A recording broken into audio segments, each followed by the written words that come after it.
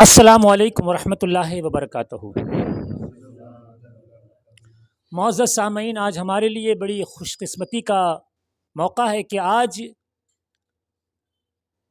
سرزمین ناگپور میں تاج الاولیاء سرکار بابا تاج الدین رحمۃ اللہ تعالیٰ علیہ جو محتاج تعارف نہیں ہیں، تو آج ہم تمام سرکار بابا تاج الدین رحمۃ اللہ تعالیٰ علیہ کے موقع پر آئے ہوئے، اور اسی میں پیر طریقت حضرت قبلہ صوفی صبغت اللہ صاحب افتخاری مدث اللہ نورانی سے میری ملاقات ہو گئی۔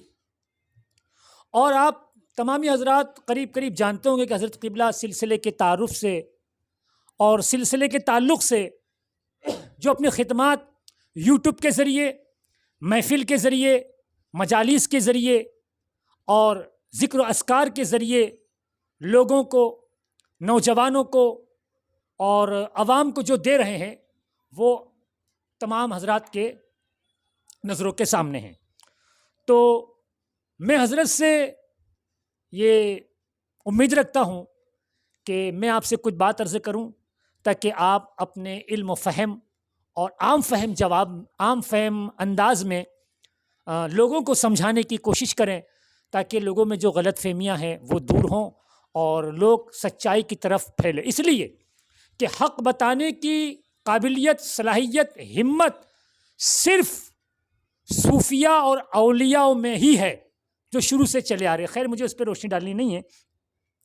تو حضرت سے میرا پہلا سوال یہ کہ آج ہمارے ملک میں جس طرح ماحول چل رہا ہے، اسلام کی تعلق اور ایک قوم کو لے کے ٹارگٹ بنایا جا رہا ہے اور اس پر ظلم کیا جا رہا ہے جو سب پر عیاں ہیں، تو اس کے خلاف ہمارے دانشوران اور بالخصوص ہمارے علماء ایک انقلابی تحریر یا ایک انقلابی عمل کیوں نہیں کر رہے؟ اس کی آخر وجہ کیا ہے؟ جبکہ قوم کی لگام کو سنبھالنے والے آج زیادہ تر علماء عوام سے زیادہ کانٹیکٹ میں ہیں، عوام سے زیادہ نزدیک ہے۔ تو وہ علماء جو اسٹیجوں پر آ کر ہزاروں لاکھوں کی مجلس میں، جلسے میں بڑی تقریر کرتے ہیں، بہت اچھی بات ہے، لیکن جب قوم پر ظلم ستم ہو رہا ہے اور اسلام کے خلاف باقاعدہ ایک سازش رچی جا رہی ہے، اس وقت ان کی وہ بلند آوازیں اور وہ بلند تقریریں اور بڑی رہبری کیوں نظر نہیں آ رہی ہے؟ آخر اس کی کیا وجہ ہے؟ میں حضرت سے چاہوں گا کہ مختصر میں اور جامع طریقے سے جواب دینے کی کوشش فرمائیں۔ السلام علیکم ورحمۃ اللہ وبرکاتہ۔ سب سے پہلے تو یہ ہے جو ان کا سوال ہے کہ ہندوستان میں جو مسلمانوں پہ ظلم ہو رہا ہے، یعنی کسی طریقے سے بھی ٹارگٹ کیا جا رہا ہے کہ مسلمان لوگ آپس میں جو ہے اتفاق نہیں رکھتے ہیں، آپس میں بہت بھید بھاؤ ہے اور ایک دوسروں کو ہر انسان برا بولنے میں لگا ہوا ہے، خاص کر مسلمان۔ تو جو ہمارے آپس میں ہی اتنی زیادہ نا اتفاقیہ ہے، اس کا فائدہ کوئی اور اٹھاتا ہے۔ جب ہم خود ایک نہیں ہو پائیں گے تو دوسرا تو اس کا فائدہ اٹھا ہی لے گا۔ تو پہلی کوشش تو یہ کرنی چاہیے کہ ہم لوگوں کو ایک ہونا چاہیے، یعنی ہم ہر چیز کو چھوڑ دیں۔ دنیا میں ہر چیز کو چھوڑ کر ایک چیز ایسی ہے جو پلیٹ فارم ہمارے لیے ایک ہے، وہ ہے اللہ، رسول اور قرآن اور اہل بیت۔ یہ ان چیزوں کو ہر کوئی مانتا ہے، کیونکہ ان تین چیز کو مانے بغیر کوئی بھی ایمان والا مسلمان ہو ہی نہیں سکتا۔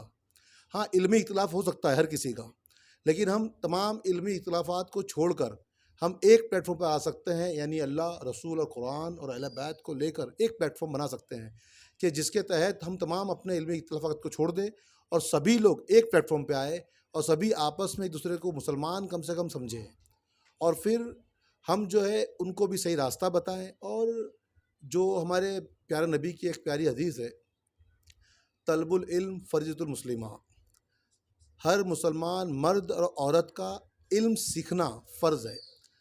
تو کچھ لوگوں نے اس میں دین ڈال دیا کہ علم دین سیکھنا فرض ہے۔ علم دین سیکھنا فرض نہیں ہے، علم سیکھنا فرض ہے۔ یعنی سرکار نے فرمایا کہ ایک ایجوکیٹڈ قوم جو ہوتی ہے نا، وہی انقلاب لا سکتی ہے۔ تو بچوں کا پڑھنا لکھنا بہت ضروری ہے، اور پڑھنا لکھنے کا مطلب ہوتا ہے کہ وہ ڈاکٹر، انجینئر، وکیل، ہر طریقے کی پڑھائی کرے وہ، اور دنیا کا ایجوکیشن بھی لے، کیونکہ جب وہ ایجوکیٹڈ ہوں گے تو وہ ناانصافی کا جو بھی جواب دینا ہوگا وہ صحیح طریقے سے دے پائیں گے۔ آج زیادہ تر جو عوام ہے، جو بیچارے زیادہ پڑھے لکھے نہیں ہیں، انہی پہ زیادہ ظلم ہو جاتا ہے۔ پڑھے لکھے جو ہے ان پہ زیادہ ظلم نہیں ہو پاتا ہے۔ جن کو لاء کے بارے میں پتہ ہے، کبھی کوئی پولیس والا ان سے غلط بات نہیں کر پاتا ہے، کیونکہ ان کو لاء کے بارے میں پتہ ہے۔ اسی طریقے سے جب آپ کو نالج ہوگا، آپ پڑھے لکھے ہوں گے، تو کبھی بھی کوئی آپ پہ ظلم نہیں کر پائے گا۔ اسی لیے ہمارے پیارے نبی نے فرمایا کہ طلب العلم فریضۃ المسلمہ، اور مسلمانوں کا پڑھنا اور اپنے بچوں کو ایجوکیٹ کرنا بہت ضروری ہے، جس سے ہم پہ یہ ظلم اور ستم بند ہو۔ یہ کام علماء اکرام کبھی نہیں کرتے ہیں۔ جمعہ کے دن ہر مسجد میں بیان ہوتا ہے، لیکن آج تک کبھی کسی نے نہیں سنا ہوگا کہ وہ یہ انکریج کرے اپنی قوم کو، اپنے بچوں کو، کہ آپ ڈاکٹر بنیں، آپ انجینئر بنیں، آپ علم دین سیکھیں جتنی آپ کو ضرورت ہے، لیکن اول آپ کو دنیا میں اچھا ایجوکیٹڈ ہونا بہت ضروری ہے۔ حضرت قبلہ صوفی صاحب نے فرمایا، رسول کریم صلی اللہ علیہ وسلم کی بخاری شریف کی پہلی حدیث ہے، طلب العلم فرضۃ علی کل مسلم و مسلمہ، پر حضرت نے مختصر سی اپنی رائے پیش کر دی۔ خیر یہ تو پورا سمندر ہے، اس سمندر کو حضرت نے کوزے میں ڈال دیا۔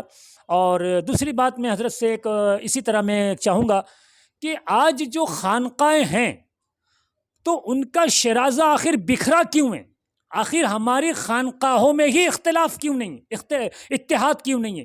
چلو عوام میں اتحاد نہیں ہے تو حضرت نے خلاصہ کر دیا کہ بھائی ایجوکیشن نہیں ہے وغیرہ وغیرہ، لیکن جو خانقاہی لوگ ہیں، جو ایک پڑھا لکھا طبقہ ہے، جو ایجوکیشن ہے، علم طریقت سے، علم شریعت سے اور ہر لحاظ سے، آخر ان میں اتحاد کیوں نہیں اور ان کا شرازہ کیوں بکھرا ہوا ہے؟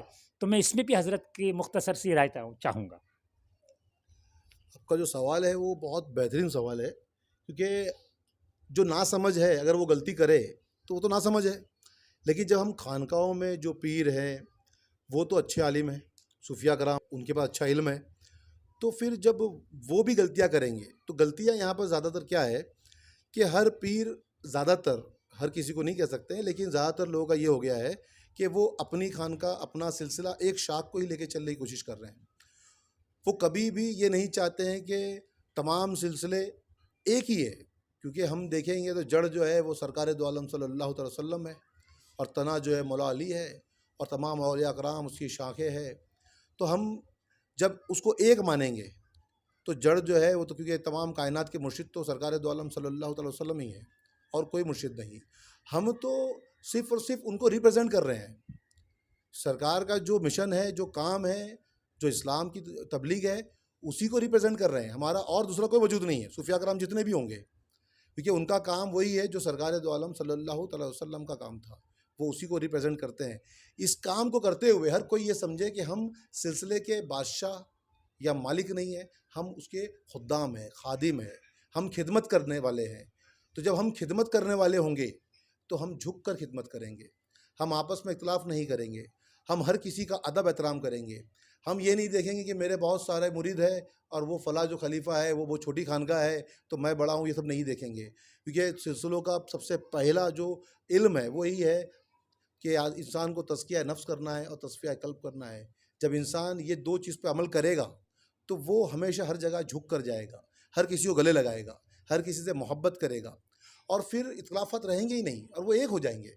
لیکن سب سے پہلے جو انسان کے اندر ضرورت ہے کہ وہ اپنے نفس کا تزکیہ کرے، جب وہ کر لے گا تو ہمیشہ میں چاہوں گا کہ، اور یہ میں نے دیکھا ہے کئی ایسے بزرگ ہیں کہ جو کتنے بھی ان کے مرید ہو، کتنا بڑا بھی سلسلہ ہو، بڑے گدی پہ کیوں نہ بیٹھتے ہو، گدی نشینی کیوں نہ ہو، لیکن ان کے اندر وہ ادب احترام ہوتے ہیں اور وہ جھک کر جاتے ہیں۔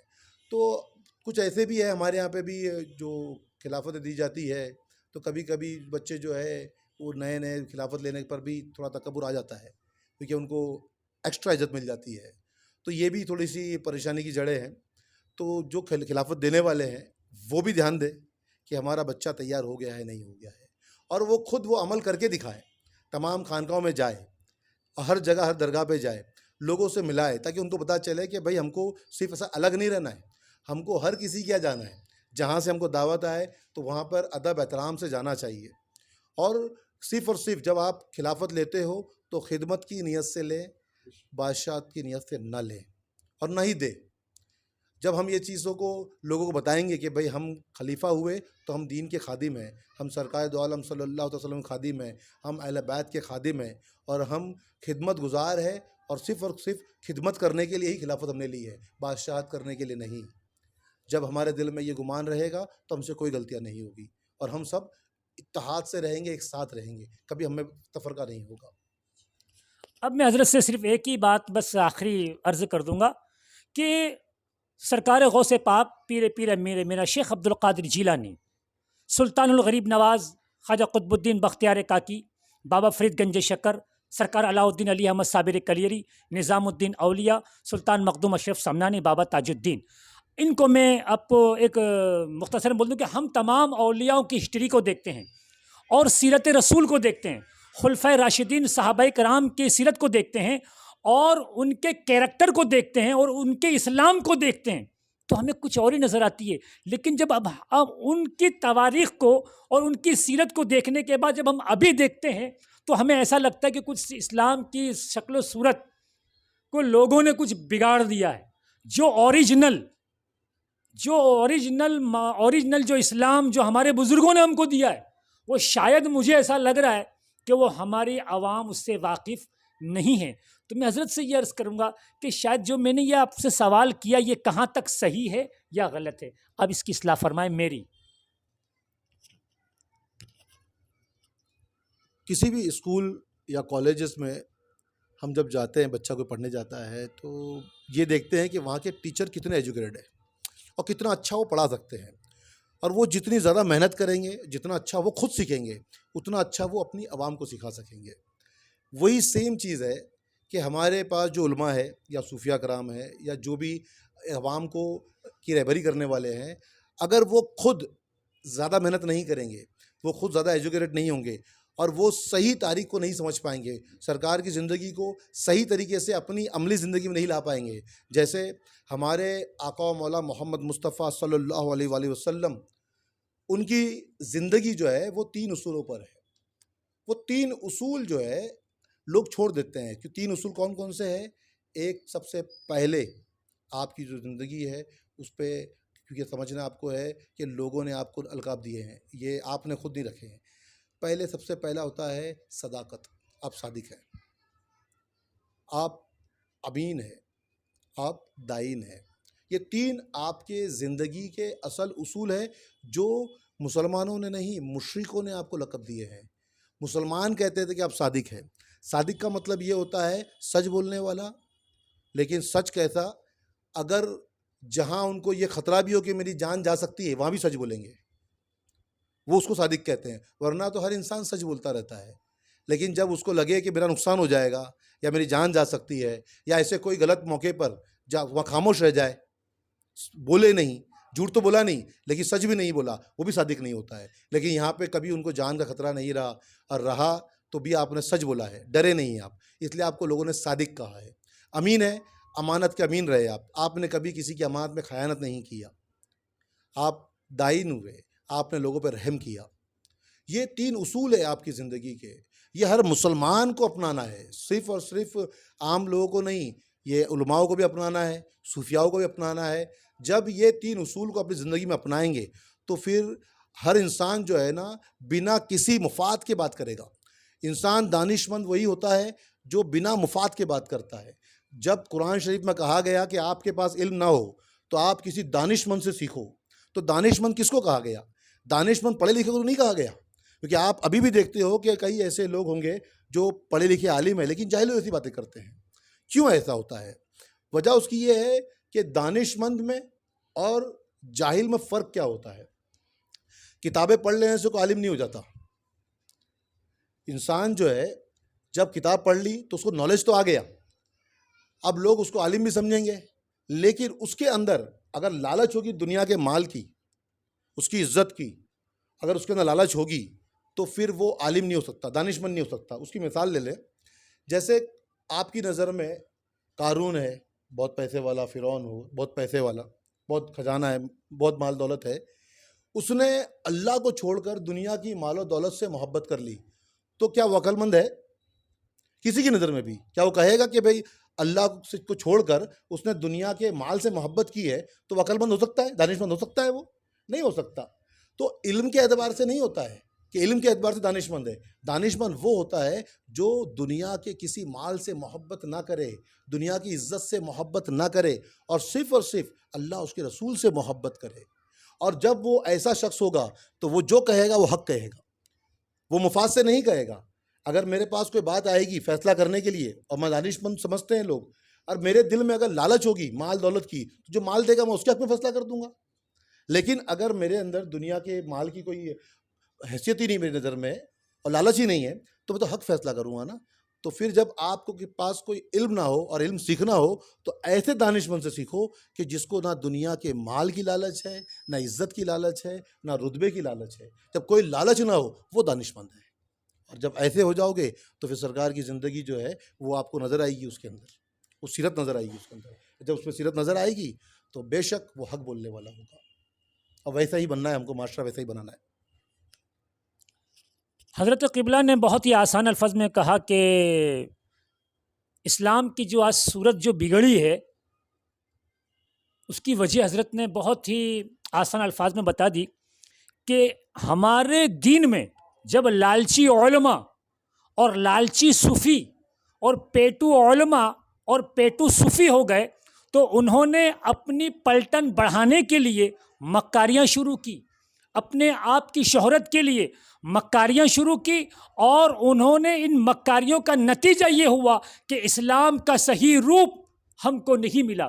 میرے دوستوں، میرے عزیزوں، اس پہ بہت کچھ بولا جا سکتا ہے۔ اس کی ایک بات میں پیش کرتا ہوں، مثال کے طور پہ اہل تشیع نے فضائل اہل بیت پر 6 لاکھ حدیث گڑھی ہے۔ اب مجھے بتائیے 6 لاکھ حدیث جب عوام کے سامنے جائے گی تو وہ کیا تمیز کر سکے گا کہ اس میں کون سی غلط ہے اور کون سی صحیح ہے؟ تو اسلام کی صورت بگاڑی ہے تو کسی نے محبت میں بگاڑی ہے، کسی نے لالچ میں بگاڑی ہے، کسی نے تمام میں بگاڑی ہے۔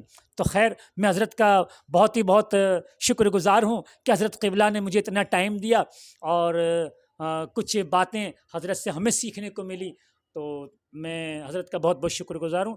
اور میری آپ لوگ سے گزارش ہے کہ آپ کو اگر یہ ویڈیو پسند آئے تو زیادہ سے زیادہ لوگوں میں آپ اس کو شیئر کریں۔ اللہ حافظ، السلام علیکم ورحمۃ اللہ وبرکاتہ۔